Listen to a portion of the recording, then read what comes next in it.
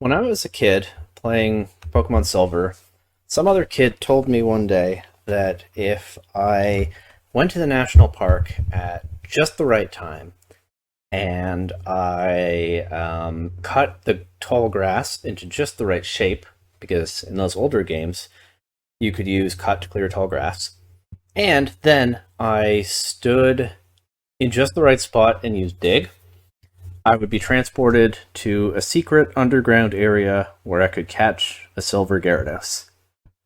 At the next chance I got, I went to the national park at night or whatever it was, and I cut the grass and I tried as best as I thought I could remember to follow this kid's instructions, but nothing happened. There was no underground, there was no silver Gyarados, and I was left wondering, was it fake?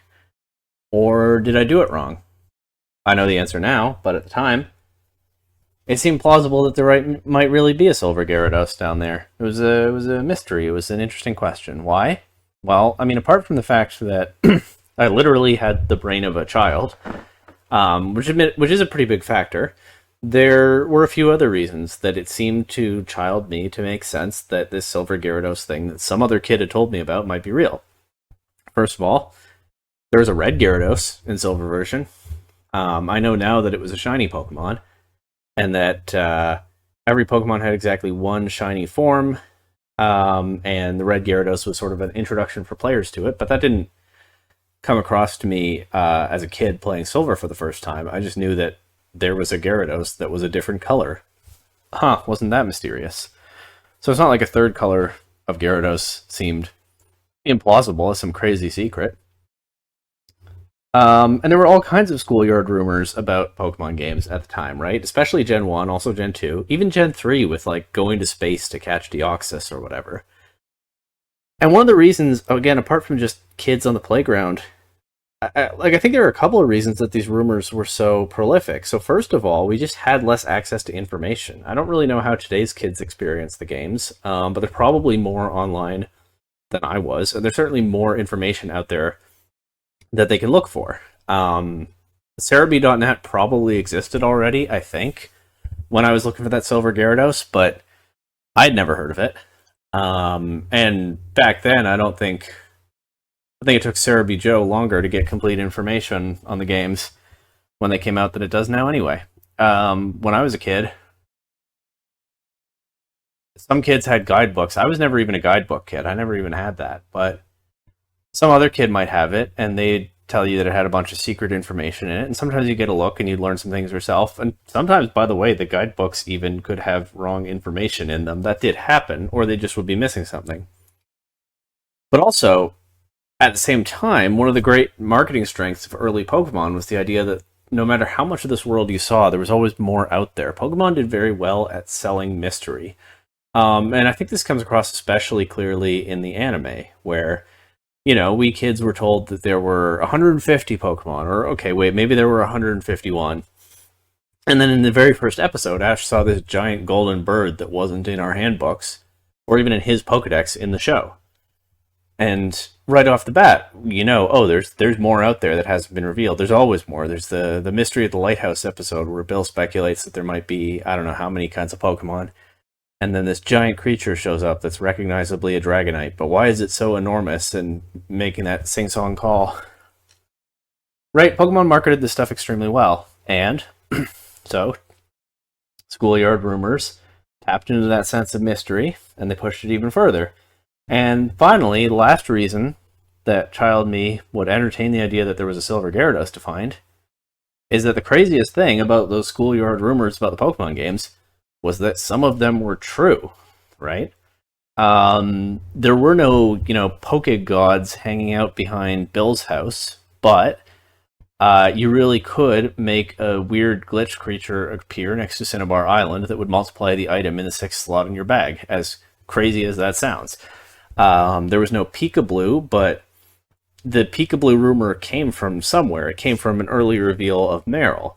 Mew wasn't really under the truck, but Mew was in some other places if you followed the right steps to make it appear. And so just enough of these stories were true that any other story seemed believable. You get the right kind of mystery, and honestly, the right kind of glitchiness from Game Freak struggling to make all this work on the Game Boy, and you have a recipe for some real childhood wonder that is hard to match. And by the way, while I never found a silver Gyarados, I did one day find a green Zubat in the rock tunnel. And I told other kids, if you go to this part of rock tunnel at this time, apparently there exists a green Zubat that you can find. It's a secret that they put in the game. And soon after that, but the way I remember it, I think it was actually very soon after, but who knows, I found a purple Drowsy on the daycare route south of Goldenrod City. I know now that both of those were shiny Pokemon, but I still didn't understand the concept of shiny Pokemon at the time, and so I told the kids, secret green Zubat, secret purple Drowsy, you know, here's my best recollection of what I did. You take the same steps and you can find them. And that probably got added to the pile of schoolyard rumors that they tried and didn't believe, or didn't believe in the first place. It was a crazy time. And part of the reason I want to talk about it right now is there's no other experience really like it in Pokemon when you grow up. I've been playing Pokemon for, I don't know, probably at least probably more than 2 decades now. And I've gone through, I think, the phases as a fan that I think a decent number of people go through. So Generation 2 was my start. 1, 2, and 3 were the childhood wonder time for me. I think I was even young enough that I tried beating the Elite Four however many times to see if I could go to space in Emerald version. Diamond and Pearl, and Gens 4 and 5 were the cynical time for me, except Heart Gold and Soul Silver, because they were remakes of my first games, and I ate that up. But when I make Pokemon game tier lists now, I still put Diamond and Pearl pretty close to the bottom, even below hated games like Sword and Shield. And I was very critical of the Pokemon designs at that time. I was very critical of what changes they did make to the basic Pokemon formula. It's kind of funny to me, actually, that Black 2 and White 2 are so often hyped up now as the best Pokemon games. They are very good. I've come around on them quite a bit, but, you know, I remember them being pretty heavily criticized when they first came out, so it's just interesting how this stuff works. Anyway, Generation 6, I was tired of being cynical, and I tried to recapture some of the childhood wonder. The other thing about Gens 4 and 5 is that those games came out in Japan way before they came out in North America. And I was online and on Cerebi and even Bulbapedia by that time.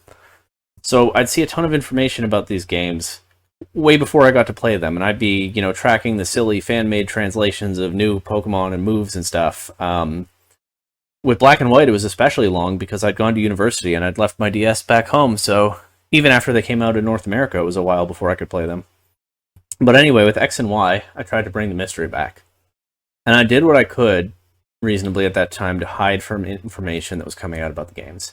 I even tried to some extent to avoid officially released information, never mind leaks.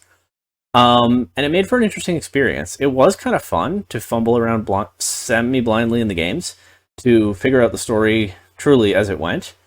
I did silly things like play through the story with Pancham and Doublade in my team because I didn't know how to evolve Pancham and I didn't know that Doublade could evolve. But it wasn't the same. There is no going back to being a kid, is what I learned from that. I didn't feel this. I had a good time, but I didn't experience the game. I didn't recapture the experience that I had lost, which had kind of been the goal, and I concluded from that there was no way that I could recapture it. For Generation 7, I sort of started off at least trying to avoid leaks, but that turned out to be the generation where they revealed pretty much everything before release anyway, which I don't think was a great call on their part. Close to everything anyway. I still went in with some mysteries, like the way they marketed the Ultra Beasts at first. It didn't even really seem like they were Pokemon. It was kind of implied that they were something else entirely. And I remember there were rumors, because people noticed that Lily's outfit kind of looked like Nihilego. There were rumors that the Ultra Beasts were... Okay, sorry, bit of a recording issue there. What I was saying was...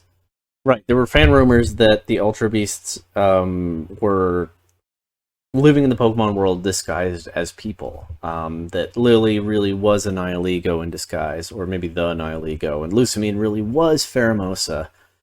And I remember reading some of Lily's dialogue at one point when I was playing through about something earlier in her childhood and being like, oh yeah, right, I know that you're a jellyfish creature. And then it turned out that the Ultra Beasts were actually just extraterrestrial Pokemon, and there's a different implied reason that Lily dressed like that. But overall, after Sun and Moon, the novelty of hiding from information kind of wore off to me, to an extent. I still, to this day, don't usually go looking for leaks, and if I do it, I'm pretty specific about what I'm looking for, but I didn't really otherwise worry about hiding information for Sword or Shield, or anything after that. But those are sort of the basic phases I've gone through as a Pokemon player, from childhood wonder on the schoolyard, Gens 1 to 3, to cynical teen 4 to 5, to trying to recapture that childhood and learning that in the end I really can't do that, to honestly just vibing. From like Gen 7 on, I've just been playing the games as they are and having fun. I got into VGC, so that's nice, but otherwise just enjoying the games as they are and going with the flow. But I guess that brings me to what this video is about. This video doesn't really have a thesis so much as it's just a ramble about how I'm feeling about some stuff. But one reason that I have these thoughts rattling around in my brain is Scarlet and Violet are notoriously buggy games. That should not be a mystery to anyone who comes across this channel. But in a way, it's funny, we kind of gone full circle, because Red and Blue were famously very broken, buggy games. And when I was a kid playing Red version, or even now when I go back to it, for the most part, the glitches add to my experience. I actually enjoy the game more for their being there than I would if they were not there. And before I compare that to Scarlet and Violet, I feel like there are a ton of caveats that I have to work through. So first of all, the first thing I want to note is that if you look at the subreddit for Scarlet and Violet, you'll see crazy stuff sometimes. You'll see like an item, not an item ball, but like a nondescript game object bouncing along the ground, missing its Pokemon model that it's supposed to have, or you'll see NPCs with their eyes popping out of their heads, which is always pretty funny, or you'll see weird terrain disappearing and player falling through. I just want to note, first of all, that I've never seen any of that stuff in my games, and I've spent a lot of time playing them. And so I kind of wonder to what extent Reddit draws attention to outlier cases, because they're so crazy and so outside of what most of us have experienced. I also want to acknowledge, before I talk about, but glitches are fun, that there is such a thing as a buggy game. A game being buggy in a way that just detracts from the experience, right? Like, people complain about Scarlet and Violet crashing. I have had a little bit of that. My games used to crash. It's still not as people describe. My games used to crash maybe once every 10 hours of gameplay or so. But that's still bad. I was losing progress to it, and it was interrupting the fun. I was having a bad time. I will note, by the way, if this tip is useful to anyone, I read it somewhere myself, that eventually I started closing out of the game at the end of every play session, and I'm pretty sure my games have never crashed since then. Sometimes they lag, though, in such a way that I'm worried that they might crash. I also have dealt with disconnections at VGC tournaments. So, yeah, a buggy game can be a real problem sometimes. Last caveat I want to give is I'm just not the guy to talk about frame rates or whatever. Like, there have been a lot of instances where I was watching someone play Scarlet or Violet, and they complained about the frame rate dropping. And forget about not being bothered by it. I genuinely did not even see what they were talking about. And I don't say that to imply that they're wrong or silly. I'm saying that I don't have an eye for this stuff. And it doesn't really bother me, and the graphics don't really bother me either. Obviously, there's some extreme cases, like the kids swinging their leg in the introductory classroom scene is kind of an infamous one, where it's all crazy slowed down. It looks ridiculous. Bird Pokemon flapping their wings from a great distance is another one. But honestly, those ones obviously I do notice, but honestly I just find them funny. They still don't bother me. If anything, they add to my experience. But like, this kind of goes to what I'm talking about. Like a game being scuffed outside of things like crashes and VGC disconnections can be part of its charm. Like the missing no glitch made Pokemon Red so much more interesting and engaging and on some levels fun to me. And maybe there's no direct comparison in Scarlet and Violet, but those eyes popping out of their heads, however people make that happen, those are pretty funny. No? Some of the boundary breaking that people have done is kind of a fun gimmick. I really enjoy, outside of Pokemon, I really enjoy the Elder Scrolls Oblivion and Skyrim. I've put a lot of time into both of those games as well. And by the way, in my experience, both of them perform worse than Scarlet and Violet do. But I still have a lot of fun with them. And I've had significant stretches in Oblivion where I'm just taking advantage of broken mechanics and silly bugs and breaking the game. It adds to the experience for me. And honestly, I don't entirely get what people are mad about when Scarlet and Violet are buggy. Outside of crashes, outside of disconnections, outside of serious practical problems, some of this stuff's just funny and goofy. And there are Pokemon games that are celebrated for being funny and goofy and broken. But I kind of think we just grew up and thought about the game, start to think about the games in different ways now. That mystery isn't there anymore. We understand now why things work or don't work the way they do. Well, we didn't understand that as kids. It's hard to have the same patience playing through the games. Like, if I somehow got fooled by a Silver Gyarados hoax now, I mean, I wouldn't be because I would look it up online before I tried it, for one thing. But if I did somehow waste time looking for it, I'd be annoyed because I don't have the same kind of time to play the games that I used to, and I don't think about them in the same way anymore. And it really feels like there's something lost there. And to be honest, I kind of think that's a big part of why some people get mad about recent Pokemon releases, even if they don't know that that's why they get mad. I really think that on some level, when people don't find the same fulfillment from Pokemon games that they used to, it's because they grew up. And they necessarily have to experience the games in a different way because they just can't think the way that they used to anymore. Nor can I, nor can anyone. But I feel like it registers to some people as just something is missing. And things that wouldn't have bothered them before bother them now, and they feel like they're missing a fundamental part of the experience. Sometimes because the games have changed for the worse. That doesn't never happen, but I think sometimes because that part of the experience was internal to them, and they grew out of it, and it's not coming back. And I kind of think there's no way to fix that. We can't go back to being kids, but we can reminisce about those times, and we can enjoy what we have, and we can chill about problems with the games that don't matter. Again, some of them do, but we can chill about the ones that don't. And part of what got me thinking this is, again, like a lot of people, I went on Tier Maker and I made a tier list of my favorite Pokemon games. And there's a pretty strong correlation to what I talked about earlier in terms of my phases of experiencing the games as a Pokemon player. My S tier is Gold, Silver, Crystal, Emerald. Always has been. Go figure, no matter what they do in this series, my favorite games are always the ones that I experienced as a wide-eyed kid. I always put Diamond and Pearl pretty low on the tier list. That was the start of my cynical time. Platinum, great game. I've never gone higher than B tier with it. I have kind of come around on Black and White. They really are that good. Black and White 2, not as much. X and Y, Sun and Moon, Ultra Sun, Ultra Moon, Sword and Shield, all B tier. Yeah, I don't even hate Sword and Shield. That's my go with the flow time. I had a fun time. There are fun characters, there are cool Pokemon designs. It was my introduction to VGC, and I actually really liked Dynamax. It's not the most interesting mechanic, at least visually, but I had fun playing with it. Sword and Shield are fine.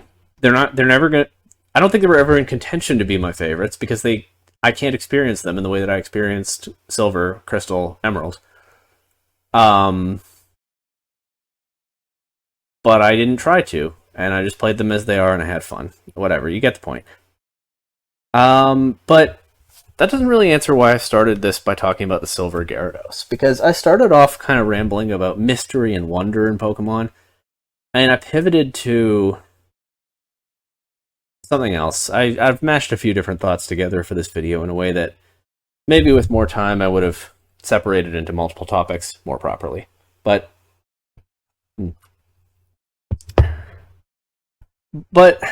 I think that the decline of mystery in Pokemon is itself part of the problem as well.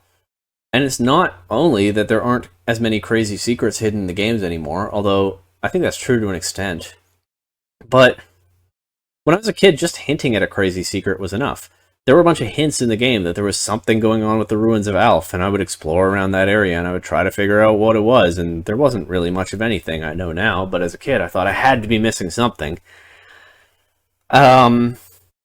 People often complain now that the games lack content, and I keep saying over and over, I don't think that point is entirely without merit. Like, the Battle Frontier was kind of maximum post-game content for a Pokemon game, because it's a bunch of different battle styles that you can replay over and over, and they don't do a Battle Frontier anymore.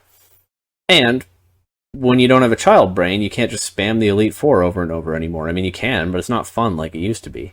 I grind the Academy Ace tournament for money, but it is a grind now.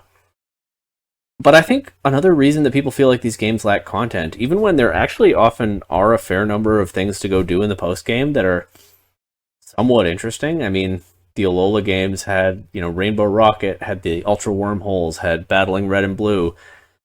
Stuff like that gets put into the games now. But we know about all of it right off the bat. If they were to do something like the Ruins of Alph now, we would know before the games even came out that no, there isn't some special secret to go find. And so the games lack content in the sense that we aren't chasing those mysteries anymore. And I feel like people do kind of yearn for those mysteries. Like, every time they put a ghost girl in one of the games, you can go on Reddit and it's like, what's up with the ghost girl? It's so mysterious. And it doesn't lead anywhere these days. But at the same time, if it did lead anywhere, there wouldn't be a mystery, because data miners would have it solved before the game even came out, or very soon after, and people would spread the word. So it just doesn't land now when they try to do mystery, and that brings me to Blood Moon Ursaluna. My experience encountering Blood Moon Ursaluna in the Teal Mask is sort of the other big thing that inspired me to make this video, because I played through that Perrin side quest, and I caught my Blood Moon Ursaluna, and I was like, okay, that was kind of fun and cool, but is that it? It didn't really hit the way I thought it would. It was kind of just like a quick little quest, and then, alright, I got the thing. But then I realized as I thought about it some more, Blood Moon Ursaluna probably would have landed way better than with me if I hadn't seen Blood Moon Ursaluna before the Teal Mask even came out. Like, it probably would be best if I didn't even know that it existed. I didn't even know that Ursaluna was getting a new form, but I actually saw pictures of the thing. I admit, I broke and looked at leaks. I saw pictures of the thing before I played through the game. And yeah, I think that took away a lot of the impact of seeing it in the game. Perrin showed me the dark, mysterious photo of the Blood Moon Beast, and I already knew what it was. And when I encountered it in the forest, I already knew what it was. And it makes an interesting little cryptid hunt kind of lame. And I feel like I saw other people go through a stronger version of that online, because in the lead up to the Indigo Mask's release, people on Reddit were like, now that Ursaluna is getting a new form, can I evolve my shiny Teddy Ursa into this new Blood Moon Ursaluna? And other people tell them, no, you can't, it's a one-off, and they complain, oh, that's so lame. Why would they do this? Why would they give Ursaluna a new form, but I can't evolve my Teddy Ursa into it? And of course, the answer to that is that Blood Moon Ursaluna is basically a cryptid. It's this special, unique, one-off creature that Perrin is chasing down because of how special and unique it is. And it's a mystery for the player to dig into well, I think Perrin tells you right off the bat that it's an Ursaluna, but it's changed somehow. It's a mystery to look into what's going on with it. Why is it the Blood Moon Beast instead of just an Ursaluna? But a lot of people first sort of encountered it separated from all of that context. They just saw data mining leak shows that Ursaluna is getting a new form, and their first thought was, okay, new Ursaluna form. How do I get it? Why is it a one-off? They encountered it separate from its original context, and that took the mystery and took away most of what made that part of the gameplay even interesting. So it can't have landed the same way with people that it would have if they hadn't known about it going in.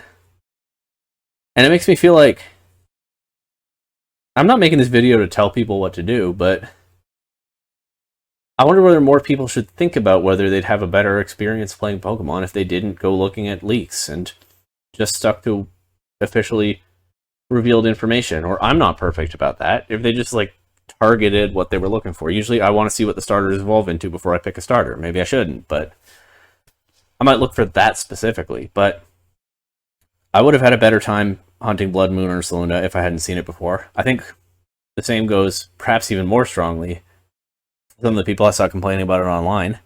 Unless you're like a Pokemon Showdown developer or something, I really question how much value there is in looking at leaks before the thing is even out, before you've done your first playthrough of it. As I'm recording this, the Indigo Disc is coming out pretty soon, and I'm genuinely excited for it. They've built up the mystery around it really well. Terapagos looks like this fantastical creature with incredible powers that seem unmatched in the universe, except maybe by Arceus, and I don't know how it does what it does or what's going to happen with it. The Great Crater has already been an awesome, mysterious place, and the fact that they're hyping it up even more, indicating that there are more layers to it, it's a mystery. You watch the camera in the trailer go into that giant foggy crater, and it's like I'm digging around in the ruins of Alph again, trying to figure out just what's going on. And I want to just enjoy the experience. I want to start the thing up in a couple weeks without knowing much more about it than I do now. Maybe not anymore. And find out what's what. I've actually taken the release day off from work so that I can dive into that mystery. And I feel like a lot of people might enjoy it more if they approach it in a way like that. Not necessarily take the day off work, but don't ruin the surprises for yourself and don't learn the answers outside of their original context, and you might have a better time. But instead, I go on. It's still November when I'm recording this. I go on Reddit now, and I've already started to see people posting alleged leaks willy-nilly, no spoiler tags or anything, outside of the PokeLeaks subreddit. Whose experience are you improving with that? You've made your choice, and that's fine. I'm not saying it's a wrong choice or invalid or something. You can do what you want. But what are you doing to improve anyone else's experience when you just throw information that I won't repeat in this video out there? I really think that part of the key to enjoying Pokemon as an adult, well, I shouldn't say that. It's like I said in my jetting video, there are multiple legitimate ways, multiple good ways to experience these games, and that's one of the strengths of these games. I play VGC, but I'm not a pro VGC player trying to be world champion. Maybe those guys don't have time to avoid leaks. I don't know. And some of them clearly are not interested in the games beyond VGC anyway. But I think for some of us, and certainly for me, we can't be kids anymore. We can't go back to that. But it's kind of best if on some level deep down we are still a kid exploring a world that presents itself to us and taking it as it is, instead of trying to dig into the meta level and understand it on a level beyond what the creators intended. I think to some extent that's even what I don't like about genning. I'm not talking about tournaments here, but just like the act of generating Pokemon at all. It really breaks the immersion when we've mastered the game so much that we're able to modify them like that. Insert Pokemon into them, mod the games, whatever it might be. I feel like that hurts the experience on some level. Like the kid in me, obviously there's not that much of the kid in me left, but what's left of him was never meant to see Pokemon that way. It was supposed to be like the anime marketed, exploring a little bit of this world at the time, knowing that there was always more out there. Maybe that's maybe that's maybe that sounds like a naive take, but sometimes I think it's a healthier mindset for some people, at least, to enjoy these games. Um, that said, like I said, there's not really a thesis to this video. I'm kind of just having a ramble, part reminiscing about the wonder and mystery times, part I don't know. I don't know what I'm doing here. I feel like I've covered all the points I wanted to cover, and you can piece together for yourself what it is that I'm trying to talk about. Um, it just kind of sucks on some level that the games can't have secrets like they used to, that they can't have mysteries, that they can't have things to wonder about, whether they were intended or not. That if they're not intentional, if they're bugs, Game Freak just gets criticized for it, and people bash the games over things that sometimes are totally valid to bash and sometimes are just kind of silly. Silly that they exist, I mean, but also not worth major criticism. And I think even though we can't experience the games like children anymore, I think we can have more fun with them if we don't try to solve everything right away. If we don't... Pokemon Showdown developers, I get why they look at data mines. Pro VGC players shrug, I don't know, maybe. But I don't entirely know why some of the rest of us want to look at them. And it kind of feels like it hurts the experience a bit.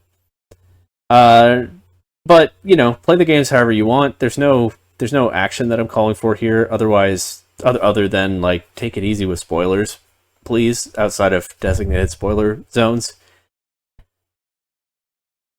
But that's it. I think on some level I just wanted to talk about that childhood experience that is fun to remember, and all the more so for how long gone it is now.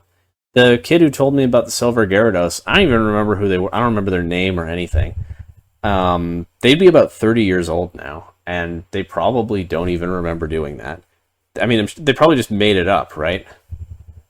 They probably don't remember now that they made that silly rumor up and just told it to somebody for fun.